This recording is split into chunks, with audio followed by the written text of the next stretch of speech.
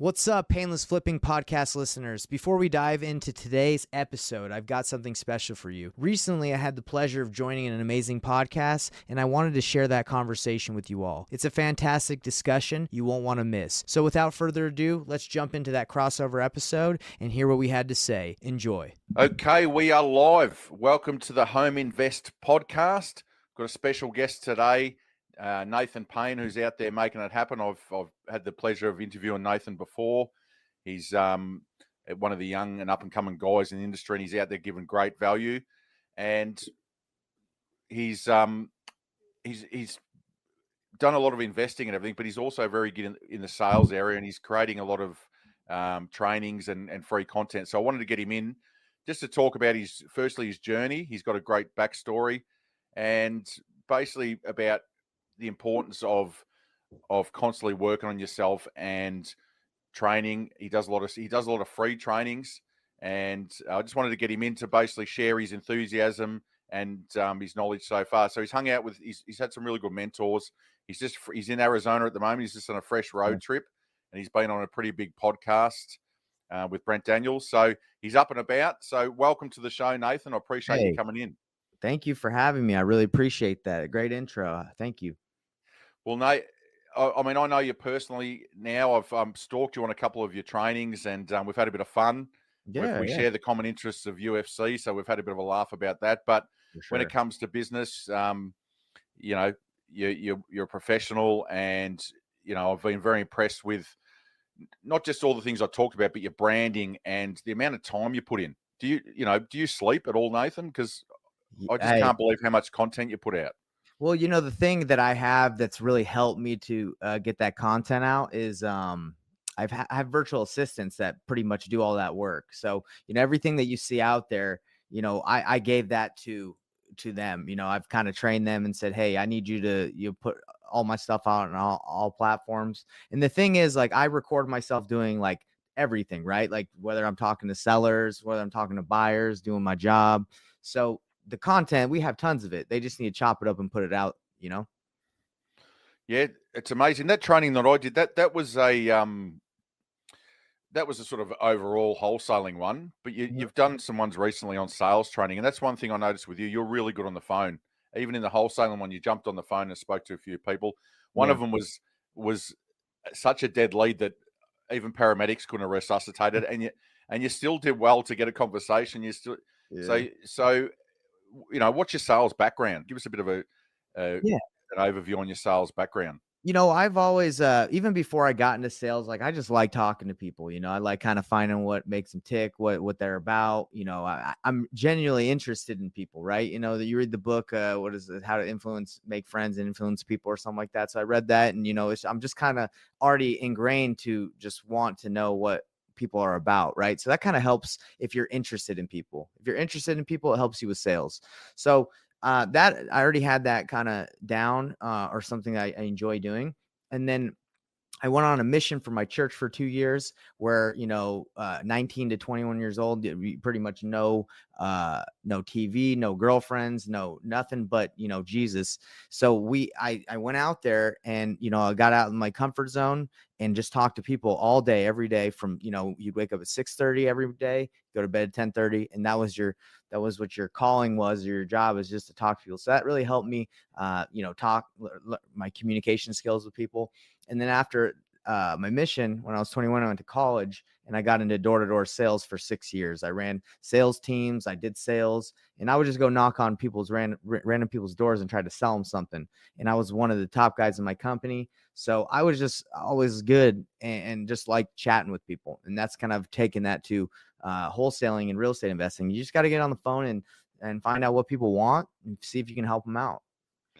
Yeah. I mean, you're just so good at it. What would your advice be to people? Like, obviously, you've done the hard yards. You've got out there. I mean, to door knock and knock at people's door and talk about Jesus, you get a fair bit of rejection with that. And then wholesaling, you get even more rejection with that. Sure. So you must have thick skin.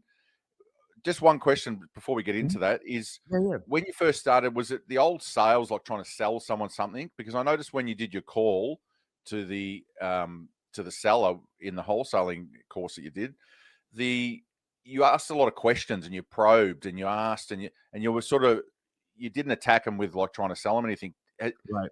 Has that has that evolved? Did you Yeah. start off so you tried to 100%. sell people? So that's Yeah. changed now. Yeah, I mean, I that has changed because when I was taught sales, when I was doing door to door, or even when I was doing the church stuff, like I would try and convince people why they needed my service, right? Convince you need this in your life, right? And whether that was with religion, convince you, hey, you need this because it's going to help you, or whether it was door to door, hey, you need this because it's going to save you money. And that's the wrong way to do sales. You're not going to convince anyone to do anything ever. People don't want to be sold. They just don't. So you have to find those pain points and find out if they even need your service. Like, I mean, let's talk about religion real quick. Like if I go to someone who is in love with whatever religion they are, it doesn't matter what it is. Let's just say, it's Christianity, it's Islam, it's whatever. And you go to them and you start telling them why yours is better. That's not going to work. They love what they do. They don't have any problems. They don't see any issues with what they do. So, I think the approach to influence anyone is to find out if there's any pain, any issue, or if there's any need or any desire for growth, and then show them how what you have can benefit them. And if they see that benefit, then they make the decision themselves. So that's how it is with wholesaling. I just had a call yesterday. This lady, she wants to sell her house.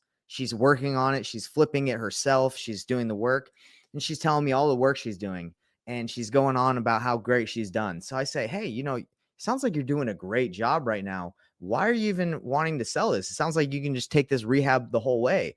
And then she's like, well, look, I'd rather not, it's taking a lot of time. So instead of me listening to her and saying, hey, sell the house to me, it would be way easier for you because you don't have to do all this work. I asked her, why are we talking? It sounds like this is good for you.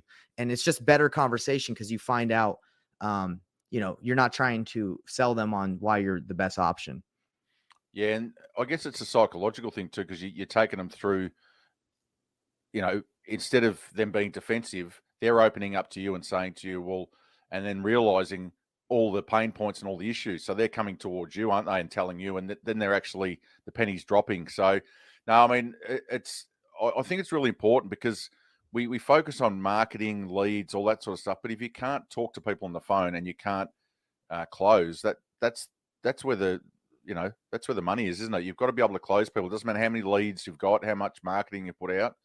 And I don't think that's taught enough. And I really noticed that 4-day challenge that I did with you, Nate, that you've really rounded that well. So, I mean, I think you could sell ice to the Eskimos the way that you handled some of those calls. So I think I think it's something people need to re-engage in is a little bit of sales. And sales isn't the old stuff that, like you said, when you first started. It's a new art form. So it's something that has to be relearned, and 100%. So, yeah, and you've had a couple of other challenges there. That's what I mean. You're constantly putting out content, and like you said, you do a podcast, you do challenges, so you're using that, chopping that up, and using it for your social media as well, and in your Facebook groups and that. So that's another thing you're really good at is marketing and branding. You've got a really good brand out there. Was that another thing that you had to learn along the way? 100%. Had to learn it all the way. Didn't know anything about marketing and branding. I didn't even think I'm that good, to be real. I just record what I do and chop it up and put some graphics on it and put it out everywhere. I mean, if it looks good at my VAs, it's all my VAs. They're doing a great job. Yeah. Oh, well, you've got good VAs. That might be another challenge. How to hire good VAs. I think that could be your next one, mate. But so what would your advice be to people, new investors? Because new investors get caught up a lot in the leads and the lists and all that. There's a bit of branding involved in there. You've got to get a little bit of, and same with talking to sellers. You've got to get a bit of experience talking to sellers, because there's no point, like I said, getting on the phone and all of a sudden freezing like, a deer in the headlights. Pardon the pun, mate. That's right. Yeah. So what would your advice be when someone starts? I mean, obviously people want to just jump into it and they want to be, doing it. Do you reckon that you got to make like a bit of a broader plan? Like if you had your time again, would you start and slow down and just do a bit of a broader plan? Yeah, that's a great question. So That's exactly. I've been trying to rack my brain for the last couple of months, years, for what's the best way to, help someone brand new, right? And I'm calling it the painless wholesaling method, or painless wholesaling strategy, because that's what I'm currently doing in my own business. Is I'm It's just another way. I'm just branding it. It's reverse wholesaling. Okay, and the traditional way of wholesaling is to just start making calls to sellers, not really know what you're talking about, just try to get a low offer, get it under contract, and then find someone to sell it to. So you're kind of going, if you're new, you're kind of going in it blind. You're like, well, I don't really know what a deal is, but I'm going to go and try and find something. And I don't recommend you do that if you're new. What I recommend with the painless wholesaling strategy is you go find buyers first. You go find cash buyers that are buying right now in the market shift, that are actually, closing on properties, and you ask them what they want. Okay. And you make a good connection to them. You make a good relationship, and you say, for example, hey, John, I'm new to wholesaling. I'm new to real estate investing, but I heard you're a big guy, big player in the market. What can I find for you that you would buy? What are you looking for? And I'll go find it. John's like, hey, if you can find me a 3-2 in Salt Lake City, Utah, that's below, that's not older than 1950. Now, kind of, you have an idea now of what you need to go get. So then you can go market that, you can go knock doors, you can do all that stuff. And yeah, so once you find out what they want, if you find a seller who meets that criteria, you can call that buyer that you're cool with now and say, I think I found someone. What would you pay for this house? I'll send you the information. Here's some pictures.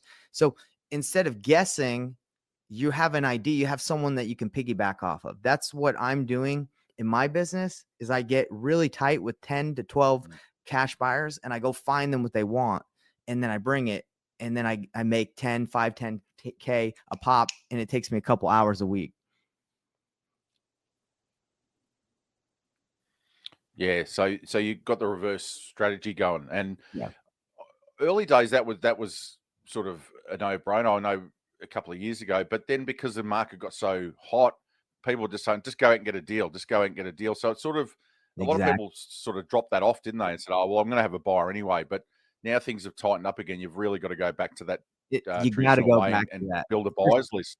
Exactly. Because the thing is, like, if you don't have that relationship right now, the buyers, they don't know you. They probably don't even want to look at your stuff. Like, if you send out an email blast to 10,000 people, they don't know who you are. Maybe they don't trust you. They're looking for great deals.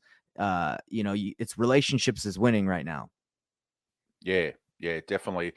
And it's like anything in this business. You've got to just keep hacking away, don't you? You're gonna, you might ring someone once, and they say, "Look, no, you got to keep ringing them, don't you?" And then, especially with savvy investors, they'll look at that as, I'll work with that person because they've got persistence. They're not going to just flake. They're not going to flake on me. They've got drive. So all that stuff becomes part of your real estate muscles, doesn't it? Building up, like your door knocking. That's just talking to people, getting rejected, probably being chased by a few dogs. Oh, It yeah. makes it makes you thick skinned. Yeah, you got bit by a little dog. It kind of, it hurt. We getting bit. Yeah. Well, that's why I asked you that question, because I know you're just always trying to innovate, and like I said, with your trainings, so I can almost hear your brain ticking over. How can I make this more simpler? How do I get wholesalers to not drop out? How do I? And that's why I asked. And so you would say that almost like the old draw the squares on the piece of paper and link them together, and you need to have a couple of fires burning on each front, don't you? You've got to have a bit of a social media presence. You've got to have um, you've got to have good marketing. You've got to have a bit of branding. You've got to have all that sort of stuff across the board. So Yeah. that's where people are probably going to have to put a little bit more effort in now, isn't it? Because the market's shifting a little bit, so it's not going to be as easy. Right.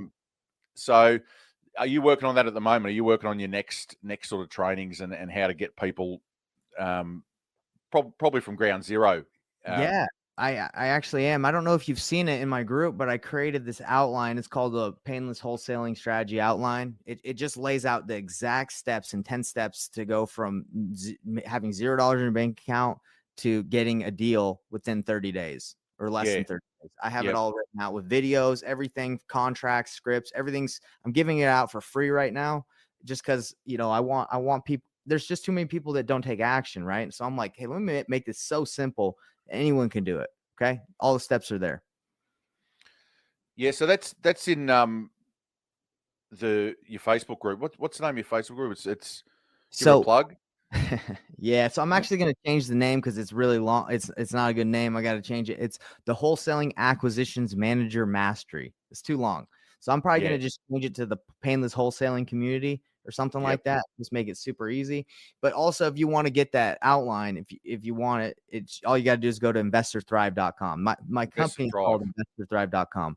And then you Investor. click it, and then there's going to be a Yep. link. You can get it for free. There's free courses. So, but the Facebook group's great because, I go live and most of the time everything's in there. I do StreamYard just like we're doing this. So it blasts the different platforms, but the Facebook community is like what, we're trying to grow, help people out, stuff like that. Yeah, I would advise anyone that watches this is watching live now or watches the replay. You got to go, because I honestly, and I'm not just saying this, Nathan, I've never Mhm. seen someone give out so much free stuff. I mean, it's amazing. Like that 4-day challenge I did, you gave everyone everything attached to it.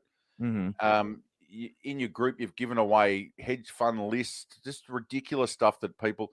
So it's just amazing, and like I said, you're putting out a lot of content as well. So you're giving out a lot of free stuff. So for someone that's starting off, rather than go and pay for a course straight away, Right. it'd be better to come to you, see if it's what they want to do, get involved, learn a little bit, because you've got a few pennies they've got to drop. And then, I mean, you do paid coaching and all the rest of it. So once someone works it out, and you've the old reciprocity, you've given them probably about 10 grand's worth of stuff, Right. then they can move along and continue with that as well. So, Yeah. um, you're one of them people out there that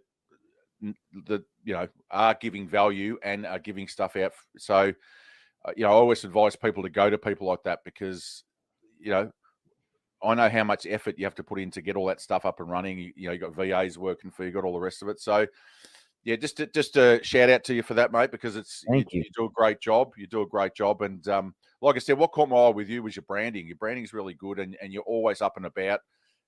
You're a younger guy, so you probably got a bit more energy than us older guys. But yeah, you're up and about, and you're always doing something. Like you're down. Tell us where you are now, because Yes. you're from Yes. Utah.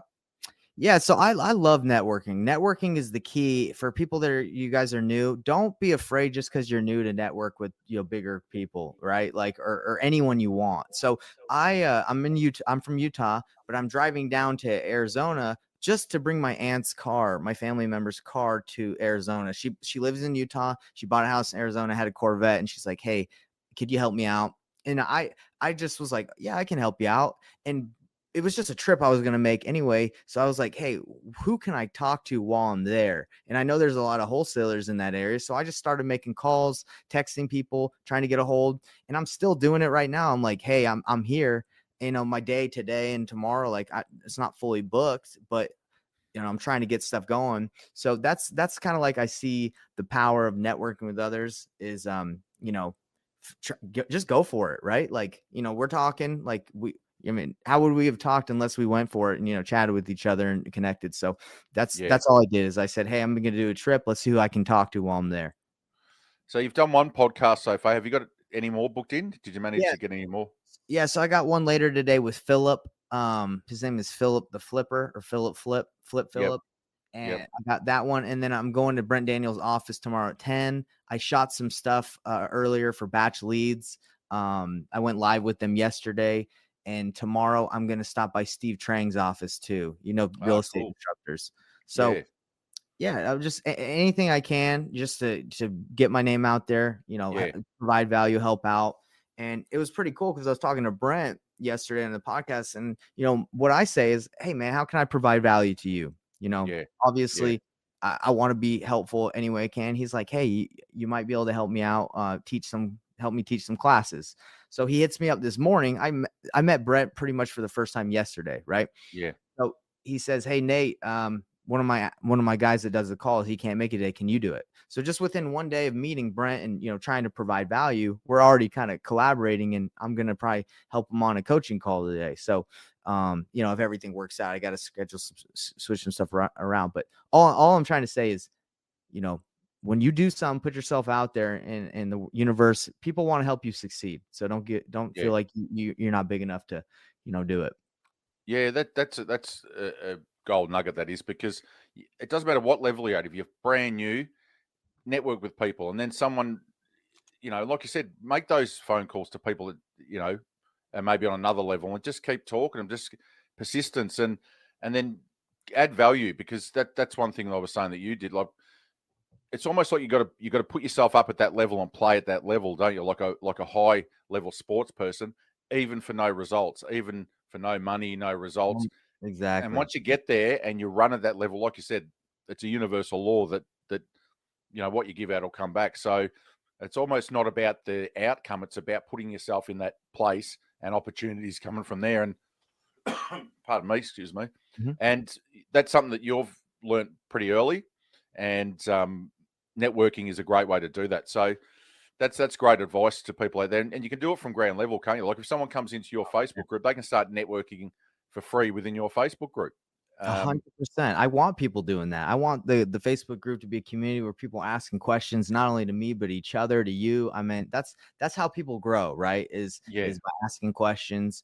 And, I learned a lot from my brother-in-law. Like when I was younger, he's about 10 years older than me, but whenever he meets someone, he always asks them questions about their life, like what they do. He just met somebody, be like, yeah, tell me where you're from, tell me what you do. And growing up, I was, younger. I was like, why is he always asking people all these questions? That's probably annoying. But people like to talk about themselves. People want you to be interested in them. So I've learned from him that, like, that's you want people to be invested in you. You got to be invested in them. yeah, yeah. Oh, it's amazing, and I think a lot of people gloss over it. They don't realize how important networking is, and getting into different groups, and you're probably the same as me, Nate. When you get into a group, you don't just get in there to learn what you're learning. If it's a coaching course, or you're getting mentored or something, you actually team up with the people that are learning as well, and you make connections, Yeah. because you it's amazing how small industries are, and then all of a sudden you pop in, you see that person somewhere else, and then all of a sudden you form a connection, and you can help each other, and that's what it's all about. Because Oh, sometimes agree. you try and do everything yourself, and you get nowhere. It's like team sport. You've got to all play a role, and all you've got different strengths. So yeah, that's definitely what it's all about. And I like that story that you've gone down there basically to drop a car off, and you've made the most of an opportunity, That's and you've right. ended up on a couple of really big podcasts, which is not only good for your brand, but like you said, you're adding value. Hmm. And it just shows you that, I mean, how many rejections did you get? Did you get a few of them saying, Oh, Nathan, who are yeah. you? I got a ton of rejection, and also a lot of people just didn't even respond. But Yeah, I yeah, have zero hard feelings toward those people. I get it. They're yeah, busy, or if they don't know me or don't like me, that's okay. It's just yeah. life. Well, I shot your message too, because I've been leaving voice messages for Brent Daniels, and I I think he's thinking, I'm going to get a restraining order. Who is this guy that just keeps, like, is he even in our country? Like, who is, Yeah. what's this guy doing? I've got a stalker from another country. That's pretty impressive. But I believe the same. You just got to, until they put a restraining order, you keep going until they say, look, enough's enough, and I'll Yeah. see you in court. But only joking. But yeah, that's the thing. But, and just tell us quickly your story about, you did a Facebook uh, story. Basically, you're driving down to get this car down there, and what happened to you? Oh yeah, so I was driving down to Arizona, and I thought Arizona was all gonna be just like desert, right? Because I've never been in the northern part, but I went through Flagstaff, which is like tons of like woods and forests. So I'm driving there, pitch black, and in the Corvette, right? And all of a sudden, like I'm driving, and a deer just jumps onto the road, like super close to me, and I'm like, man, I'm about to hit this deer, and this car that I was delivering is about to get wrecked. But luckily I was able to like slow down. The brakes were really good in that car. I didn't skirt or anything. I slowed down, turned a little bit to like kind of avoid it, and I clipped the legs instead of blasting it full on, and it didn't really do any damage to the car. So luckily I avoided that by paying attention. And And what was your heart rate? What was your heart rate for the next 5 minutes? Ooh, I it was pretty dang high. It Yeah, was really interesting because after it happened, I was like, I was more worried about the car, but Yeah, well, that's luckily the right, car because didn't. that was a mission, wasn't it? That was a Yep, mission to get the car down there in one piece. All exactly. right, well, I know you're busy. You've got plenty of stuff you're doing on the run, so I'll let you go. I just want one last question for you is, Mhm. we've talked about sales, the importance of being able to talk to people. We talked about branding. We talked about networking. Give us your last, give all the viewers a tip to go away with, something that you think is really important and Okay. that stuck with you through, that you've learned through your whole investing career, like something that you really think is important for people to know. Yeah. So let's just talk about sales on this one. So a lot of people might look at me or you or people that they feel like, oh man, that guy can talk. Like he's just born to talk. Like sales is not something that you're born. Yes, mate, you might have like a little bit of a knack or be like a little bit better at communicating, but sales is something you master through daily incremental practice. It's not something that you're born with. It's not like someone's just better than me because they were born better. I'm getting better because I practice every day. I role play, I read sales books. That if you guys want to master sales or communication, it's this exact same thing. You practice that daily. You want to master shooting a basketball, you practice it. Sales is something you can master through practice. So don't think, oh, that guy's just born with it or built to do that. That's not true. Anyone can master sales through practice. Yeah, great tip. And another thing, talking about the new way of sales, there's a lot of shutting up and listening and that Right. now in there. So you don't have to be a great talker. You just have to ask the right questions, sit back, write notes, and That's it's right. a new art form now. So maybe talking too much isn't a great thing anymore. You've got to just You got zip to it be and great yeah. listener. So there's something for the introverts. You may be better at it than you think if you just practice your script and get it down pat and just listen. Away you go. That's All right. right, Nate, I'm going to let you go.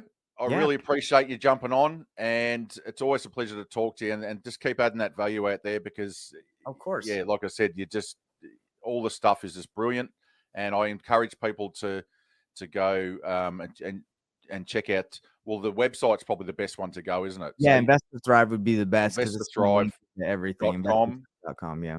Go and And check that out if you want to check out a lot of Nathan's stuff. And yeah, you appreciate know, it.